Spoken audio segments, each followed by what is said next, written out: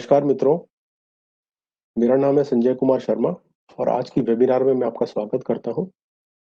GSTN द्वारा आयोजित इस वेबिनार में आज मैं आपके सामने quarterly returns with monthly payment of tax scheme के बारे में चर्चा करूंगा। शुरू करने से पहले आपको बता देना चाहता हूं कि जीएसटीएन से हमारे दो साथी श्री रफ़ी अहमद किदवई और श्रीमती अंकिता हमारे साथ जुड़े हुए हैं।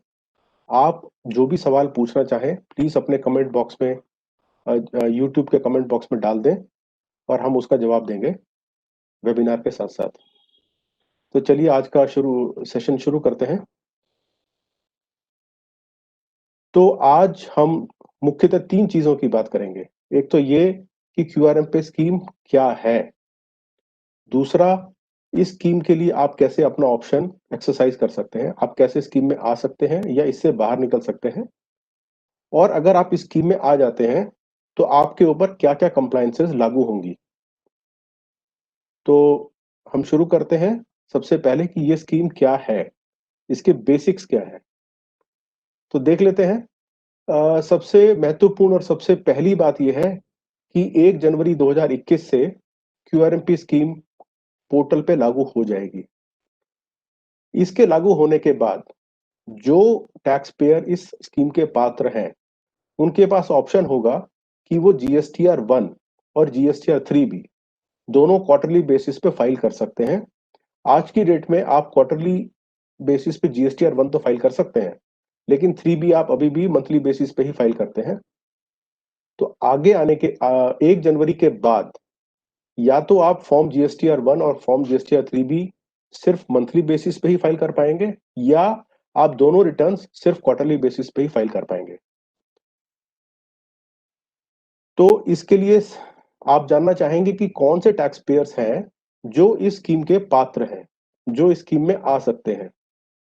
तो उसके लिए वो टैक्स पेयर्स जिनका टर्नओवर, एग्रीगेट टर्नओवर की बात कर रहे हैं हम यहाँ पर।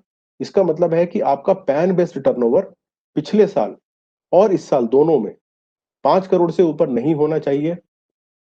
आप एक नॉर्मल टैक्स पेयर हो सकते हैं, आप एसईजेड यूनिट हो सकते हैं, आप एसईजेड डेवलपर हो सकते हैं, आप वो टैक्स पेयर भी हो सकते हैं जो कंपोजिशन स्कीम से बाहर आए हैं और आप वो वाले टैक्स पेयर भी हो सकते हैं जिन्होंने नया रजिस्ट्रेशन लिया है as a normal tax payer. अब इसमें जरूरी बात यह है कि अगर साल के किसी भी क्वार्टर में आपका टर्नओवर 5 करोड़ से ऊपर चला जाता है, तो अगले क्वार्टर से आप इस स्कीम के पात्र नहीं रहेंगे, आप इस स्कीम से बाहर आ जाएंगे। दूसरी बात ये कि इस स्कीम में आने के लिए या इस स्कीम से बाहर निकलने के लिए आप पूरे साल में किसी भी क्वार्टर से पहले अपना ऑप्शन दे सकते हैं। ये ऑप्शन पूरे साल खुला रहेगा। हालांकि इसकी एक विंडो रहेगी जिसकी चर्चा हम अभी करेंगे। एक और जरूरी बात जो आप लोगों को मालूम होनी चाहिए वो ये है कि जनवरी 2021 और मार्च 2021 का जो क्वार्टर है, उसके लिए वो टैक्स पेयर्स जो पहले से ही रजिस्टर्ड हैं और जिनका 2019-20 वर्ष का एग्रीगेट टर्नओवर 5 करोड़ के तक था, वो लोग एक डिफॉल्ट ऑप्शन के द्वारा क्यूआरएमपी स्कीम में या तो रहेंगे या नहीं रहेंगे। वो कैसे रहेंगे वो मैं आपको अभी बताने वाला हूं, इस टेबल में दिया हुआ है। उसके साथ दूसरी बात यह है कि इन्होंने अपना अक्टूबर माह का जीएसटीआर 3 भी रिटर्न अगर 30 नवंबर तक फाइल कर दिया है, उस स्थिति में क्या होगा, वो टैक्स पेयर्स जिनका टर्नओवर पिछले साल 1.5 करोड़ रुपए तक था और जो आज की तारीख में अपना फॉर्म जीएसटीआर 1 मंथली बेसिस पे फाइल कर रहे हैं, वो मंथली स्कीम में ही रहेंगे, मतलब वो क्यूआरएमपी स्कीम में बाय डिफॉल्ट नहीं आएंगे। दूसरे वो टैक्स पेयर्स हैं जिनका पिछले साल एग्रीगेट टर्नओवर 1.5 करोड़ तक था, लेकिन वो अपना जीएसटीआर 1 आज की तारीख में भी क्वार्टरली बेसिस पे फाइल कर रहे हैं, तो वो ऑटोमेटिकली क्यूआरएमपी स्कीम में आ जाएंगे। और तीसरी कैटेगरी उन टैक्स पेयर्स की है जिनका एग्रीगेट टर्नओवर 1.5 करोड़ से ज्यादा था और 5 करोड़ तक था। वो लोग by default quarterly return scheme में आ जाएंगे। इसका मतलब क्यूआरएमपी स्कीम में ऑटोमेटिकली माइग्रेट हो जाएंगे। जो टैक्स पेयर्स 5 करोड़ से ऊपर है, ऑब्वियसली वो लोग इस स्कीम के पात्र नहीं है, तो उनके ऊपर डिफॉल्ट ऑप्शन अप्लाई नहीं होगा। अब वो टैक्स पेयर्स जिन्होंने अपना अक्टूबर 2020 का जीएसटी और 3B रिटर्न 30 नवंबर तक फाइल नहीं किया है, उनका क्या होगा? वो लोग by default monthly tax payer बने रहेंगे। अब आप ये जानना चाहेंगे कि अगर मेरे को डिफॉल्ट ऑप्शन के द्वारा क्यूआरएमपी स्कीम के अंदर ले आया गया है, तो क्या मैं इससे बाहर आ सकता हूं? तो बिल्कुल आप बाहर आ सकते हैं। 5 दिसंबर 2020 से ये ऑप्शन पोर्टल पे दे दिया गया है और ये ऑप्शन 31 जनवरी 2021 तक लागू रहेगा। आप वहां पर पोर्टल पे जाकर के लॉगिन करके अपना ऑप्शन चेंज कर सकते हैं और आप क्यूआरएमपी स्कीम से बाहर आकर के मंथली टैक्स पेयर बने रह सकते हैं। इसके लिए कुछ जरूरी बातें हैं। आपका जिस तारीख में आप पोर्टल पे जाकर के अपना ऑप्शन चेंज करना चाहते हैं, क्यूआरएमपी स्कीम से बाहर आना चाहते हैं, उस तारीख तक की आपकी जीएसटी और 3B की रिटर्न जो भी एप्लीकेबल थी, वो फाइल होनी चाहिए। दूसरी कंडीशन ये है कि फॉर्म जीएसटीआर 1 का में कोई भी डेटा पोर्टल पे आपका सेव्ड नहीं होना चाहिए। एक और जरूरी बात है, अगर आपके एक ही पैन के ऊपर मल्टीपल जीएसटीआईएन हैं, मतलब कि एक पैन है लेकिन एक से ज्यादा जीएसटीआईएन है, तो उसमें से कुछ जीएसटीआईएन क्यूआरएमपी स्कीम में रह सकते हैं और कुछ जीएसटीआईएन क्यूआरएमपी स्कीम से बाहर रह सकते हैं। तो अब ये देख लेते हैं कि अगर आपको साल के बीच में इस स्कीम के अंदर आना है या बाहर जाना है, तो आप कैसे कर सकते हैं और इसकी विंडो कब से कब तक खुली है। तो ऑप्ट इन या ऑप्ट आउट की जो ऑप्शन है, वो पिछले क्वार्टर के दूसरे महीने की पहली तारीख से लेकर के करंट क्वार्टर के पहले महीने की आखिरी तारीख तक ये विंडो खुली रहेगी, जिसमें आप इस क्वार्टर के लिए क्यूआरएमपी स्कीम से या तो बाहर निकल सकते हैं या इसमें आ सकते हैं। इसमें भी वही कंडीशन लागू रहेगी कि आपकी जो एप्लीकेबल जीएसटी और 3B रिटर्न है, जो फाइल हो जानी चाहिए थी, जिस तारीख पे आप अप्लाई करना चाहते हैं, वो फाइल्ड होनी चाहिए। तो उदाहरण के तौर पे अगर आप 27 जुलाई को पोर्टल पे जाकर के अपनी ऑप्शन एक्सरसाइज करना चाहते हैं, तो आपकी जीएसटी और 3B की रिटर्न जो या तो 22 को या 24 को एप्लीकेबल होगी, depending on your principal place of business, वो फाइल्ड होनी चाहिए। एक और बात है कि एक बार आपने अपनी ऑप्शन एक्सरसाइज कर ली, आप क्यूआरएमपी स्कीम के अंदर आ गए या उससे बाहर आ गए, तो वो तब तक चलती रहेगी जब तक आप उसको खुद रिवाइज ना कर लें या आपका एग्रीगेट टर्नओवर उस साल 5 करोड़ से ऊपर ना चला जाए। आपको बार बार ये ऑप्शन एक्सरसाइज करने की जरूरत नहीं पड़ेगी। अब ये टेबल में दिया हुआ है कि कौन सी विंडो किस क्वार्टर के लिए ओपन है। तो हम साल के पहले क्वार्टर की बात करते हैं। पहला क्वार्टर है अप्रैल टू जून। इसकी जो विंडो है इस साल की 1 फरवरी से लेकर के 30 अप्रैल तक खुली रहेगी। इसी तरह से जो दूसरा क्वार्टर है, जुलाई अगस्त सितंबर, इसकी जो विंडो है वो 1 मई से लेकर के 31 जुलाई तक खुली रहेगी। तीसरा क्वार्टर अक्टूबर नवंबर दिसंबर, इसकी विंडो 1 अगस्त से लेकर के 31 अक्टूबर तक आपके लिए खुली रहेगी। और जो चौथा क्वार्टर है, जनवरी फरवरी मार्च का, उसकी विंडो आपके लिए पिछले साल की 1 नवंबर से लेकर के 31 जनवरी तक खुली रहेगी। अब आप जानना चाहेंगे कि अगर आप न्यूली रजिस्टर्ड टैक्स पेयर हैं, आपको अभी-अभी रजिस्ट्रेशन मिला है, तो क्या आप पहले दिन से ही क्यूआरएमपी स्कीम में आ सकते हैं या आपको टाइम लग सकता है? तो इसमें जो टाइमलाइन्स हैं वो सिंपल और सेम है। ये डिपेंड करेगा कि आपको कौन-सी तारीख को रजिस्ट्रेशन ग्रांट हुआ है। तो मैं आपको एक उदाहरण दे देता हूँ। अगर आपको 31 जनवरी 2021 को रजिस्ट्रेशन मिला है, तो क्योंकि वो पिछले करंट क्वार्टर की विंडो में है, क्योंकि आपकी जो करंट विंडो है वो इस क्वार्टर के पहले महीने की आखिरी तारीख तक खुली हुई है, तो आप तुरंत ही क्यूआरएमपी स्कीम का फायदा उठा सकते हैं। लेकिन अगर आपका रजिस्ट्रेशन 1 फरवरी या दूसरे और क्वार्टर के दूसरे या तीसरे महीने के किसी भी तारीख में मिलता है, तो आपको ये ऑप्शन एक्सरसाइज पोर्टल पे जाके करनी पड़ेगी, जो आपको मिलेगी अगले क्वार्टर से। इसका मतलब ये हुआ कि जो इस क्वार्टर का दूसरा और तीसरा महीना है, इसके लिए आपको मंथली रिटर्न फाइल करनी पड़ेगी और अगले क्वार्टर से आप क्यूआरएमपी स्कीम के द्वारा क्वार्टरली रिटर्न फाइल कर पाएंगे।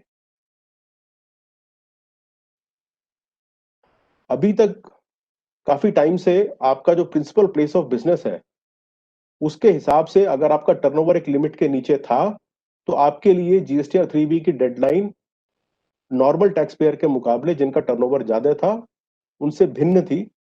अब ये स्कीम परमानेंट हो गई है।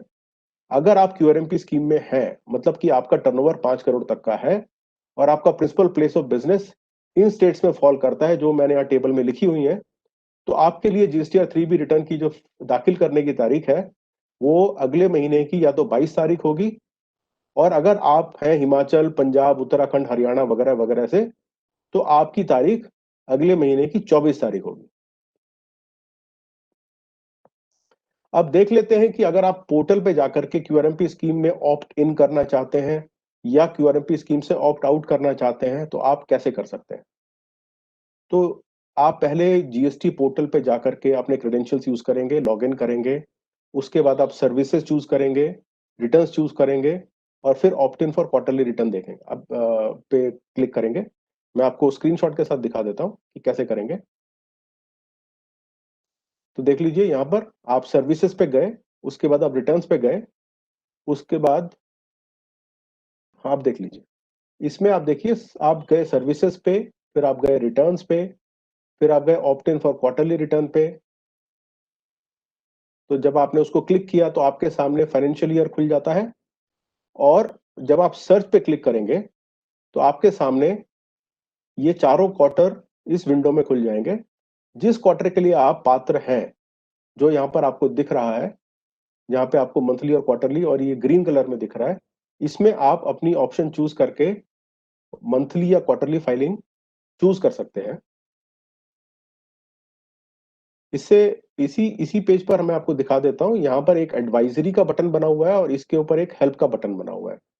तो अगर आपको हेल्प सेक्शन में कुछ देखना चाहते हैं तो वो आपको यूजर मैनुअल एफएक्यू में जाने की जरूरत नहीं है, आप यहीं से हेल्प पे क्लिक करके हेल्प सेक्शन देख सकते हैं। और उसी तरह से आप एडवाइजरी भी देख सकते हैं। एडवाइजरी का देखिए ये स्क्रीनशॉट दिया हुआ है, अगर आप एडवाइजरी पे क्लिक करेंगे तो आपको सारी जानकारी मिल जाएगी कि क्यूआरएमपी स्कीम क्या है, आप कौन कौन इसके पात्र हो सकते हैं, क्या आप इसके लिए पात्र हैं, आप इसको कैसे अवेल कर सकते हैं और कब से कब तक कर सकते हैं और इसके फायदे क्या है। इसी तरह से अगर आप हेल्प पर क्लिक करेंगे तो आपको ये सारी जानकारी उसी पेज पर मिल जाएगी। उसके बाद आप अपना चॉइस यहाँ पर एक्सरसाइज कर सकते हैं, ऑप्ट इन कर सकते हैं और सेव कर सकते हैं। आप चाहे क्वार्टरली चूज करें, अगर आप मंथली हैं तो आप क्वार्टरली चूज कर रहे हैं, और अगर आप क्वार्टरली हैं तो आप मंथली चूज कर रहे हैं। तो जब भी आप जो भी चॉइस करेंगे यहाँ पर, उसके बाद आपको ये कंफर्मेशन का बटन मिलेगा, और इस पे जब आप ओके करेंगे तो आपके पास आपकी प्रोफाइल सक्सेसफुली सेव होने का ये मैसेज आएगा। तो ये हमने नेविगेशन देख लिया, अब इसकी कंप्लायंसेस देख लेते हैं। तो अगर आप क्यूआरएमपी स्कीम में आ गए हैं तो आपके ऊपर क्या कंप्लायंसेस होंगी।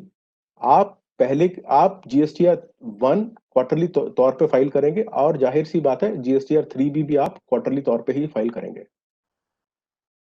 अब आपके मन में ये शंका हो सकती है कि मैं अगर क्वार्टरली टैक्स पेयर हूं तो मैं अपने रेसिपिएंट को, अपने बायर को पहले महीने की और दूसरे महीने में आईटीसी पास ऑन कर सकता हूं कि नहीं, और कर सकता हूं तो कैसे कर सकता हूं। तो उसके लिए एक सहूलियत दी गई है पोर्टल पे, जिसको कहेंगे इनवॉइस फर्निशिंग फैसिलिटी। ये आपको पोर्टल पे ही उपलब्ध होगी, और इसमें आप पहले महीने की B2B इनवॉइसेस अगले महीने की 1 तारीख से लेकर के 13 तारीख तक अपलोड कर सकते हैं। उसमें एक ही कंडीशन है कि इनकी aggregate value, total value 50 lakh तक होनी चाहिए। तो पहले महीने भी आप ये कर पाएंगे और दूसरे महीने भी आप कर पाएंगे। एक मुख्य बात यह है कि अगर पहले महीने में आपकी 50 लाख से कम रह जाती है एग्रीगेट वैल्यू, तो वो आप ऐड करके अगले महीने में नहीं कर पाएंगे, अगले महीने में भी आपकी जो लिमिट है वो 50 लाख ही रहेगी। ये इनवॉइसेस 1 से 13 जैसे मैंने बताया आप कंटिन्यूसली अपलोड कर सकते हैं। अब एक और बेनिफिट आपको ये होगा कि आपने जो भी इनवॉइस डिटेल्स पहले और दूसरे महीने में आईएफएफ पे अपलोड कर दी हैं, आपको दोबारा उनको फॉर्म GSTR 1 में डिक्लेयर करने की जरूरत नहीं पड़ेगी, पोर्टल अपने आप उनको यहां से उठाएगा। अब पेमेंट ऑफ टैक्स का देख लेते हैं। आपको पहले महीने का और दूसरे महीने का टैक्स दूसरे महीने और तीसरे महीने की 25 तारीख तक जमा करना है। उसके लिए एक फॉर्म मुहैया कराया गया है जिसका नाम है PMT-06। इसके द्वारा आप पेमेंट करेंगे और इसमें जब आप चालान जनरेट करेंगे तो वहां पर आप सेलेक्ट करेंगे monthly payment of quarterly tax payer. ये कारण आप चूज करेंगे और उसके बाद चालान जनरेट करेंगे। टैक्स पे करने के लिए भी दो तरीके आपको दिए गए हैं और दोनों मैं आपको थोड़ा सा विस्तार से बताऊंगा। एक है फिक्स्ड सम मेथड।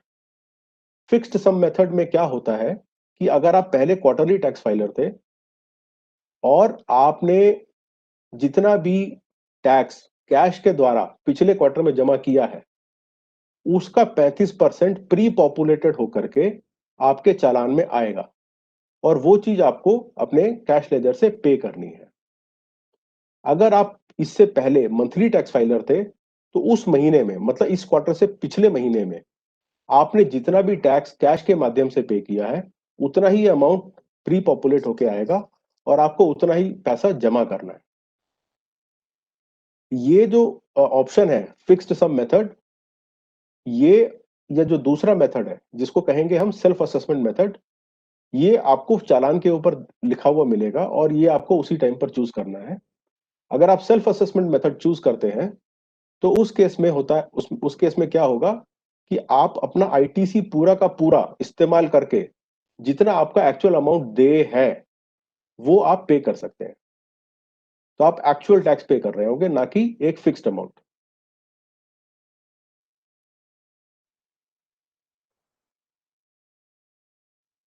अब एक और मुख्य बात यह है कि अगर आपके टोटल लेजर्स में जो अमाउंट पड़ा है, यानी कि आपका जो कैश लेजर है या इलेक्ट्रॉनिक क्रेडिट लेजर है, उसका पूरा, उसमें सबका जो, उसमें जितना भी अमाउंट अभी आज की तारीख में आपके पास है, अगर वो आपके इस टैक्स अमाउंट से ज्यादा है तो आपको कुछ भी पे करने की जरूरत नहीं पड़ेगी।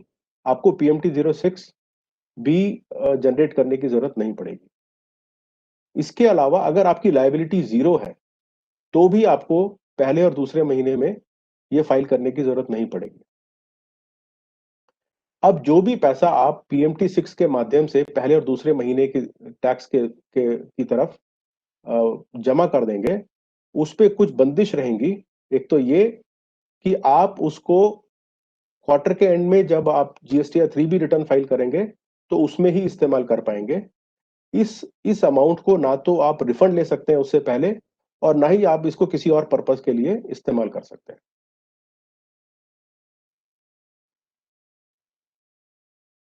अब इसमें अगर आप फिक्स्ड सम मेथड चूज करते हैं तो आप पूछना चाहेंगे कि इसमें आपको फायदा क्या है। तो इसमें फायदा ये है कि अगर बाद में क्वार्टर के एंड में जब आप GSTR 3 भी रिटर्न फाइल कर रहे हैं और ये पाया जाता है कि आपका एक्चुअल पेएबल टैक्स पहले महीने का और या दूसरे महीने का आपके 35% अमाउंट से ज्यादा था, तो वो जो ज्यादा वाला अमाउंट है जो आपने जमा नहीं किया पहले महीने PMT-06 के द्वारा या दूसरे महीने PMT-06 के द्वारा, उसके ऊपर आपको इंटरेस्ट नहीं लगेगा। तो ये एक बहुत बड़ा फायदा टैक्स पेयर को इस केस में है। अब अगर आप इसको 25 तारीख तक जमा नहीं करेंगे तो जाहिर सी बात है इसके ऊपर इंटरेस्ट लगेगा। अगर आप GSTR 3 भी रिटर्न भी ड्यू डेट तक फाइल नहीं करते हैं तो भी इंटरेस्ट लगेगा। बट अगर आप सब कुछ तारीख पे फाइल कर रहे हैं तो आपके ऊपर पहले और दूसरे महीने के लिए एक्सेस पेएबल टैक्स अमाउंट के ऊपर इंटरेस्ट नहीं लगेगा। लेकिन जो tax payer self assessment method के द्वारा टैक्स पे करेंगे उनके ऊपर इंटरेस्ट नॉर्मल कोर्स में लगेगा। यानी कि जो भी अमाउंट उन्होंने पे नहीं किया है, जो या शॉर्ट पे किया है, उसके ऊपर उनको टैक्स इंटरेस्ट देना पड़ेगा। पहले 2 महीने के लिए अगर कोई डिले हो जाती है टैक्स पेमेंट में तो उसके ऊपर लेट फी लागू नहीं है। इंटरेस्ट है बट लेट फी नहीं है। लेकिन अगर आपने GSTR 3 भी रिटर्न की फाइलिंग में लेट डिले कर दिया या आपने फॉर्म जीएसटीआर 1 लेट फाइल किया तो लेट फी आपके ऊपर लगेगी। तो दोस्तों आज हमने 3 चीजों की बात की। एक तो ये कि क्यूआरएमपी स्कीम क्या है, इसकी क्या मुख्य प्रावधान है। दूसरा, आप पोर्टल पे जाकर के कैसे इस स्कीम के लिए अप्लाई कर सकते हैं, इसके लिए ऑप्ट इन कर सकते हैं या ऑप्ट आउट कर सकते हैं। और तीसरा, अगर आप इस स्कीम में हैं तो tax payment, return filing, interest liability और लेट फी किस तरह से लगेगी। आशा है आपको ये वीडियो जानकारीपूर्ण रहा होगा।